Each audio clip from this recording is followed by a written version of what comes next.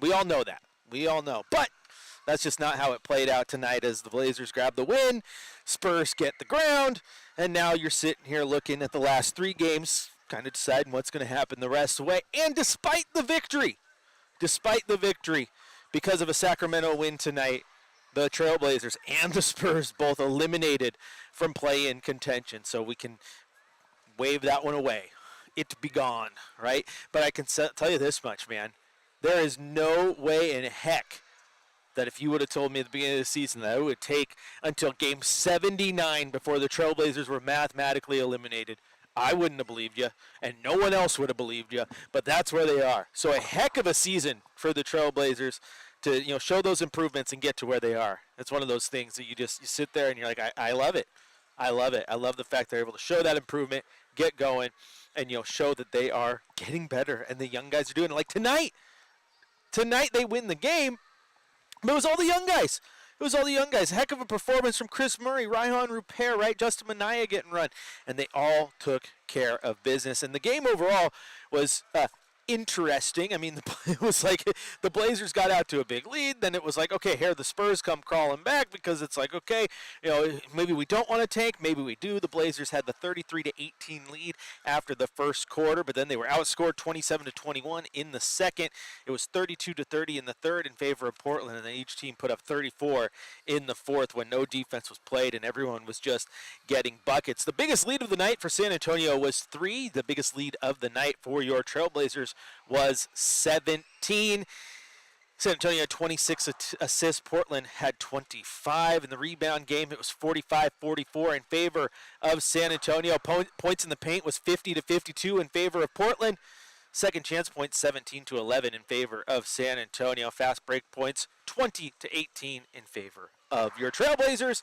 Bench points as well, 40-31 in favor of Portland. So there's a few things there where you see that it jumps out at you, but overall, the Blazers, I thought, played a pretty good game, right? And the two teams were pretty even. We know that going in. The Blazers shot 47% from the field. San Antonio shot just 43%. Neither team was incredibly hot from deep. San Antonio shooting 32%. Portland shooting 36, both free throw percentages in the 70s as well. So nothing really stood out, right? Turnovers, everything. It was just the Blazers getting out to the quick lead, holding it as best they could. Now taking a look at the box score individually, Harrison Barnes had 17 points for San Antonio. Devin Vassell had 21. 10 points from Bismack Biyombo. Stephen Castle had 22 to lead the Spurs. Malachi Branham had 17. Chris Paul, 8 points, 9 assists. He can still do his thing whenever he wants. And then Sandro Mumu Kelashvili, what a name. What a name. 0 points, 0 rebounds, 2 assists. But boy, howdy, watching him and Donovan Clingan go at it was kind of fun because Donovan wasn't taking it. Mamu Kelashvili, that is a fun name. He was just giving it right back to DC, right? They were battling. You could tell they were kind of getting under each other's skin. There was like a Jabari Walker that's to check in, and it's like, I think he's checking Jabari, and so that, DC doesn't get a technical here because these two are just pushing back and forth and just enjoying a battle. And it's fun sometimes when you just get two just old school big men, right, who just like to use their size and just kind of battle, man. So that was a fun matchup there. On the Blazers side of things, Toumani Camara, I didn't know if he was going to play. A lot of people wondered that going into this one, dealing with an injury, but he plays, gets the start, 23 points, 10 rebounds, 3 assists, finishing the night 4 of 11 from beyond the arc, so a very good game from Toumani Camara. Matisse Thybulle also in the starting lineup tonight, 6 points, 4 rebounds, 2 assists, and a steal, 10 points, 8 rebounds, and 3 block shots from Donovan Clingan. I think the cool part about the block shots in this one is they were kind of all difficult block shots. He really got out there, got the hand up, and got the block. So good on him. It's so awesome to watch him grow on that side of the ball. Now, if he gets better offensively over the summer, then you got yourself something really special. But right now, defensively, man, he knows exactly what he's doing. 21 points from Shaedon Sharpe. He was 2 of 7 from beyond the arc, 5 of 17 from the floor. He also had 10 rebounds, so another double-double for the Trailblazers guard. And then Delano Banton, 20 points, 6 assists in the starting lineup in place of Anthony Simons and Scoot Henderson, who were both out. Chris Murray, 18 points, all of them coming in the second half. So a great performance from him. I love just... I have praised Chris Murray all year long. Like, if I'm grading players, he gets an A+. Because what were your expectations for versus what he does when he's on the floor? I love the fact he just goes out there. He's always ready. In a game like this, when he gets 32 minutes, drops 18 points, has 5 rebounds, 4 assists, a steal. Just a great performance from him. Ryan Rupert had 7. Jabari Walker had 10. Justin Minaya had 5. So every single Trailblazer putting in some work. Once again, your final score, Portland 120. Your Spurs 109. So there you go. That's the final score and the final breakdown from what happened here in Portland tonight. Again, regardless, they win the game, but they are eliminated from the play-in with the Sacramento win. The best they could do is match, and then you go into the tiebreakers and all that. Portland doesn't get it, so there you are. They are eliminated from the play-in. Still a heck of a run, though, to get this far, being game 79, before we could say you are mathematically eliminated. There is the E next to you in the standings. You are done, eliminated. It's pretty impressive, so shout out to them. If you want to join the conversation with us, 503-248-0620 is the telephone number. Of course, you can go to youtube.com, type in Rip City Radio, and get in on the chat there as well. We're going to take a quick little break here on the fifth quarter. When we come back, it's time for your drive of the night and your shot of the night. Going to continue to talk about this game, talk about the play-in, where your Blazers are sitting, and what the future looks like with 3 games left. Again, this is the fifth quarter presented by Coors Light on your home of the Blazers, Rip City Radio 620.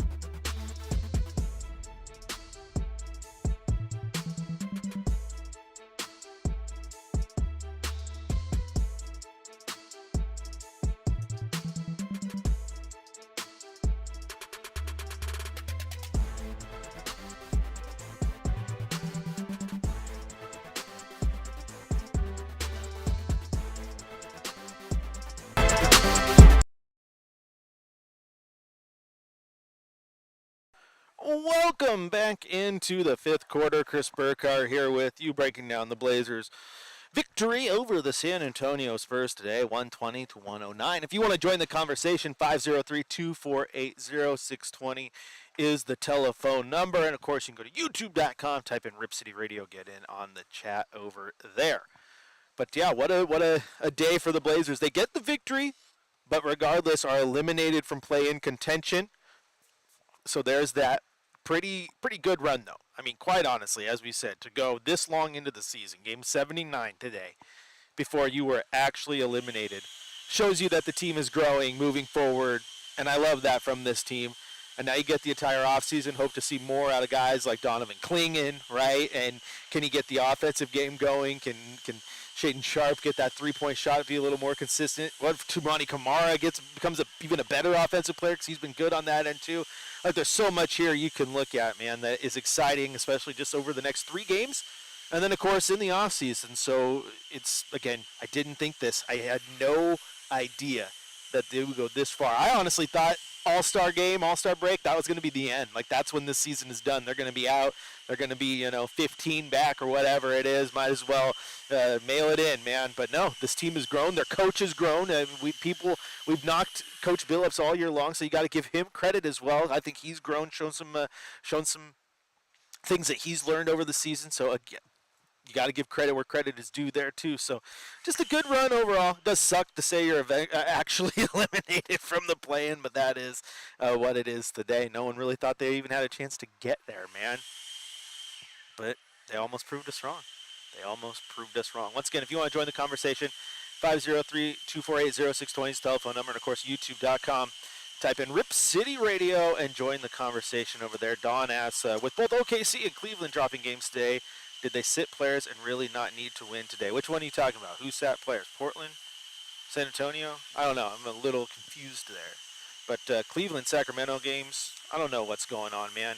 I guess Cleveland is like, hey, you know what? We're really good. We don't need to do much. Sacramento gets a win. Everybody's playing with the basketball gods, and it just throws me off. I don't like it. Now, since you're talking about Cleveland and Sacramento, though, let's take a look at some of the scores today around the league right now with 10 minutes left in the third. The Pacers trailed the Nuggets 68-66. Nikola Jokic, 29 points, 7 boards, 9 assists right now.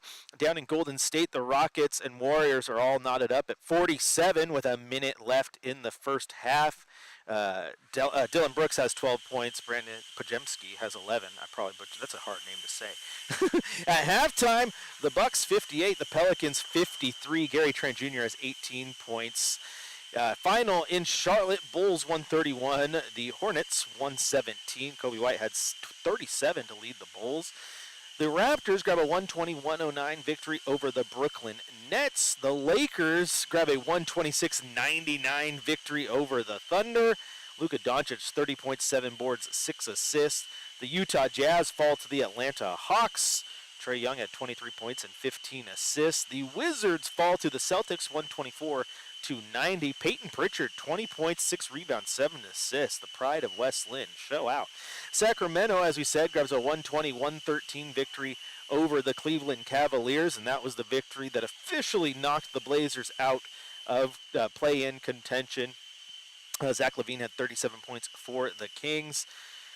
Trailblazers 120, the Spurs 109, and the final score in New York, the Knicks 112, the Suns 98. Devin Booker had 40 points, OG Anunoby 32 points, 6 boards, and those are your scores from around the league. So again, that Kings game, that win over Cleveland is what did them in. And it's just interesting because you look at like this team and it's like, man, if they would have won that first game of this road trip, that head-to-head against Sacramento, everything changes, right? You gain ground, they lose ground all in one game. Then you go on the road. Maybe you don't sit your guys in that game against the Bulls, and then you come back and you don't sit guys here. Like they could have changed everything. Absolutely could have changed everything because you're clinging to hope with just a little bit of a tighter grip, right? But you lose that game, it just changed the prospects of how everything can play out. So, sometimes one game One game can change it all. Now, there is 82 of them for a reason, and that isn't the only game that changed this season, right? You can go back to just about any one, the games that they showed up and didn't show up to the arena but didn't show up to play. Looking at you, games against the Jazz and the Grizzlies, right? So it's not just that game, but it is funny, as the season itself kind of narrows down and funnels down to the end and you get a clearer picture of how things are going to be. That is what you're looking at, is that one game, right? Again, if you want to join the conversation, youtube.com, where Aaron Weldon says, haha, clinging to hope. You get that? Clinging. I'm going to probably permanently change my pronunciation. We're not clinging to hope. Clinging. The more you say it, too, it starts to get confusing. Like, what language? Clinging. Cling on. Star Trek fans cling on to hope. We are clinging to hope. Not anymore, though.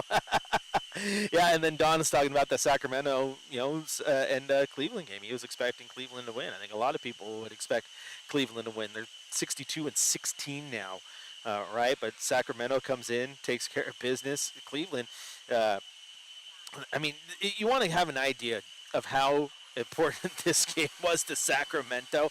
First off, they're dealing with injuries and this and that, like everybody. But, man, Trey Lyles, 40 points. 40 minutes. Domantas Sabonis, 40 minutes. DeMar DeRozan, 40 minutes. Keon Ellis, 40 minutes. Zach LaVine, 42 minutes. Every single one of their starters played 40 or more. Yeah, I think they were trying to make sure that this one went home with them and nobody else. That's some work right there. And of course, you're watching everything. I think you see the fact that Dallas falls down, they jump Dallas. Phoenix is just massively struggling, right? So you're sitting there and you're like, watch out. You got to take care of this because you don't know that Phoenix is going to go lose that game, right? But they do, and that helped you, but you don't know it. So you're trying to just leave no stone unturned. You also look at the fact that, you still got Dallas right there, Phoenix still not eliminated, so you got to go get a win, and that's what they did. And again, they made sure that nobody was going to get them. All your starters playing 40 minutes. That's kind of crazy. Now you look at the standings. Sacramento is 26 back overall. They have a half-game lead over Dallas for the 10 spot and a 2-game lead over 2.5-game lead, over the Suns, who are currently in 11. So that's a big win for Sacramento. If you want to join the conversation, we've mentioned YouTube a lot, but also the tried and true 503-248-0620 is the telephone number as well. We're going to take a quick little break here on the fifth quarter, though. When we come back, I'm going to use this break to settle down. That's what Chad says I always need to do. He doesn't like that I come in hot all the time. He's like, yeah, you just settle down, Burkhardt. All right? I have to make myself a shirt that just says "settle down," quoted Chad doing. But we're having fun over here, man. This is the fifth quarter, presented by Coors Light on your home of the Blazers, Rip City Radio 620.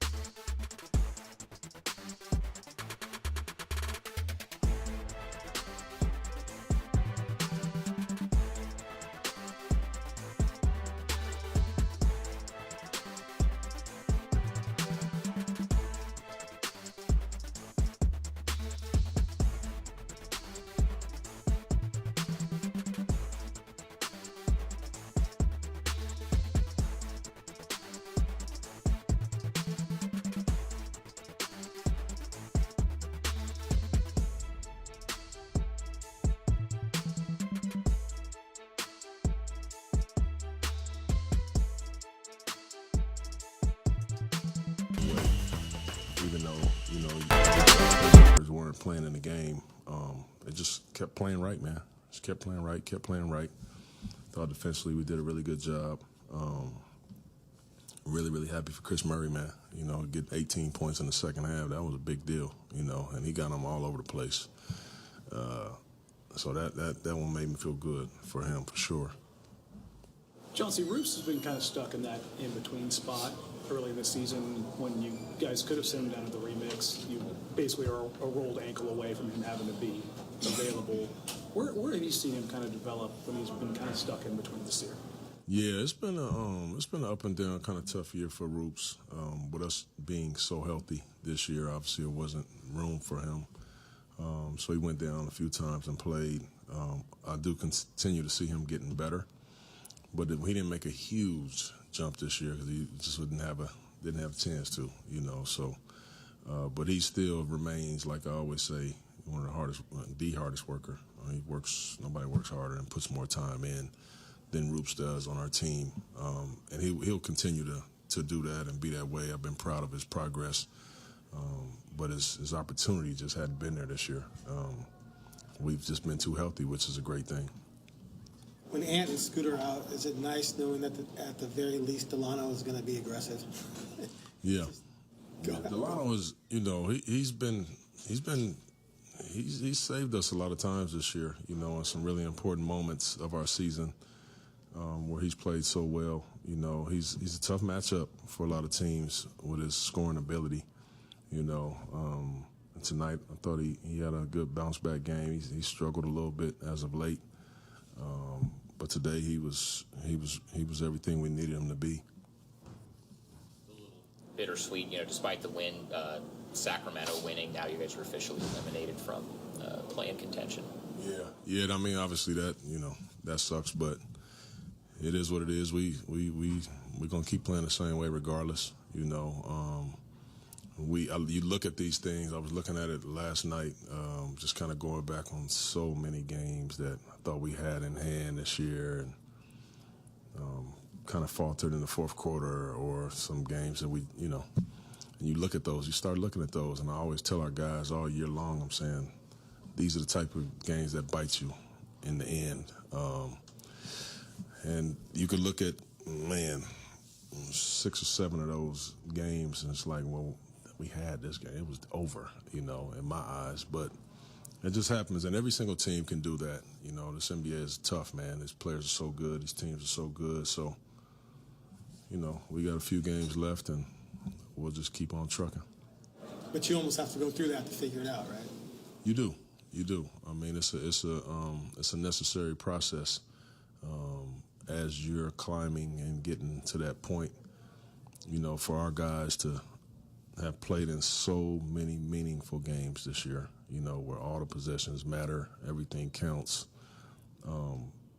That was new for a lot of these guys. That was new for me as the coach. So it's so much fun to be able to be in the mix like that, and we've all grown because of it, But it's a necessary process that you go through, and we'll hopefully remember those things and learn from those things as we're in that position next season.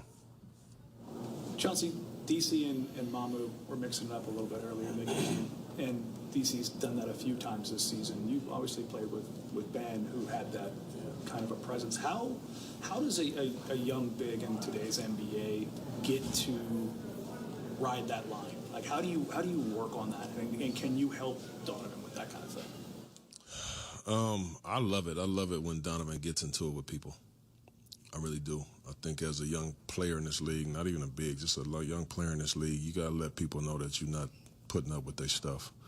And you got to stand in and stand on that. And he does a good job of that. And he's not looking for that, but he's a feisty dude, It's one of the things I love the most about him is he's not going to back down from anybody. And that word and that type of reputation travels pretty easily, and you only have to do that several times, and people already know they're not playing with you like that. So he's had a lot of them this year, he'll have more throughout the rest of his career. People are going to try him and test him, and he's going to be the same.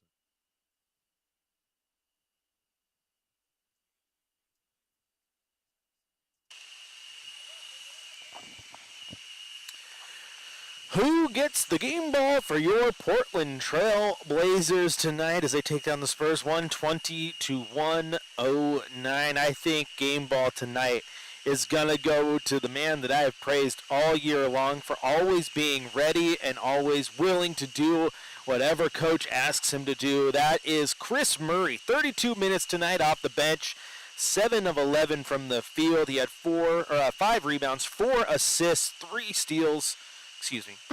1 steal. But he stood at 18 points, all in the second half, too. And he did have that one steal he had was incredible. It was like steal the inbounds pass, get a quick dunk, 2 quick points for your Trailblazers. I mean, overall, just a great performance from Chris, all things considered. Again, I just love the fact that whenever he's asked to do something, whenever he's called upon, he's ready to go. He answers the bell, right? And sometimes it's go out there, score. Sometimes it's go out there, play defense. I've argued that he doesn't do anything like super well, but he's just always ready to go. Always ready to go. Doesn't make a lot of mistakes, man. Takes advantage of the situation. So, kudos to him for being out there and being ready. And it's just the Blazers, they go out there, get the victory, but as we've talked about, get eliminated from the play-in in the process thanks to a Sacramento win. But this team has had ups and downs this season. But I just love the fact that over the last, the last thingamajig, over the last, 2 months or so, they've been playing incredible. Absolutely incredible. And you got to give them credit for that, right? And then they come in and the young guys are taking over because there's no Ant, there's no DA, there's no Robert Williams, right? Guess what? No Jeremy Grant. Young guys do it. Again, tonight, Jabari Walker, Chris Murray, Delano Banton, right? Jamani Kamara, great in the starting lineup. Donovan Clingan, looking good. These guys are doing all right. They're doing all right, and that's what I want to look for over the next 3 games. 3 games. You got Utah on the road, their last road game, and then you come back and you got Golden State and you got the Lakers. And the interesting part is, with Golden State and the Lakers, those 2 teams are going to be vying for playoff positioning. Like, their season definitely not done. Right now, you look in the West, the Lakers are 3rd, the Warriors are 5th, the Memphis Grizzlies are 8th, and there is 2 games separating all those teams. 2 games. 2 games. And Portland gets to play Golden State, and they get to play Los Angeles, and those 2 teams are going to be looking for dubs because it's going to matter in the standings. So how does this young team look? How do they look against teams looking to win and win big and make statements and lock their positioning in? It might take one on the chin, but if the young guys go out there and just fight, like I said before, Captain America, I could do this all day. That's the kind of stuff that should get you jazzed as a Blazer fan. Guess I shouldn't have said gets you jazzed when that's the next team, but you understand where I'm at. That's what I want to see, is this team just go out there, fight. Again, especially against some teams that are looking for playoff positioning, right? I mean, Golden State could still end this thing. They could end above the Lakers. They could end with the 3rd seed. They could end with the 4. They could get that home court, which I don't think anyone would have thought they would do. Jimmy Butler's made a difference, right? This thing is close, and it is tight in the Western Conference. Out east, not so much. Not so much. Everyone's locked in the East. The play-in teams: Orlando, Atlanta, Chicago, Miami. That's not going to change. Milwaukee has a half-game lead over Detroit in the 5th spot, so that could change. But there's a 3-game gap between Milwaukee and Indiana, then another 3-game gap between the New York Knicks and the Indiana Pacers. So you look at the 3 team down to the 8 team. There's a 12.5-game gap. A 12.5-game gap. That same gap on players right now in the West, 2 games. So all these teams have a lot to play for, and Portland gets to play a few of them, right? So I think it's going to be really, really interesting how this team gets to go moving forward. How do they look moving forward? I'll see. And, again, if you want to join in the conversation with us, 503-248-0620 is telephone number, youtube.com, where my wife is doing some wonderful on-air producing. She's like, you're a little washed out. I do like the background, though. Yeah, the light was bright. You got the more light makes that look better. I'm trying. That's usually the cue for, hey, when you coming home? When you coming home? Soon. You see, I'm helping Shacker out here. We're getting that time frame. The window's gonna be perfect. He's gonna hit the music when it's time for me to go, but we're almost there. But the main point is, man, is that the Blazers are fighting hard. I love the fact that the young guys are playing hard. I love the fact that they're playing hard. I love the fact that, they went out there. And, yes, we could talk about the Tankathon standings and all that. But the fact that they went out there tonight and the young guys did what they needed to do, I take that as the dub, whether they won or lost. They just happened to win. I love that. And hopefully they can do it again moving forward. Because now, just go win. Like, the win-loss doesn't matter. The win-loss doesn't matter. Because, you know what? You won this game. San Antonio gets the gap. You might go lose the next 3. I just do whatever now. Let the young guys go cook. Give them all. Let them go. Let them go. All right, next game, though, your Trailblazers, your last road game of the season. Your last road game of the season is Trailblazers at the Utah Jazz. That's going to be on Wednesday. Get a few days of a break here. Tip-off at 6 o'clock, meaning I will have Blazers game day for you at 4 p.m. all right here on Rip City Radio, your home of the Portland Trailblazers. Once again, final score from Moda Center, the Blazers 120, the San Antonio Spurs 109. Have fun out there at Rip City. Enjoy the 2 days in between games. Relax. Go have some fun. And I'll talk to you on the next one.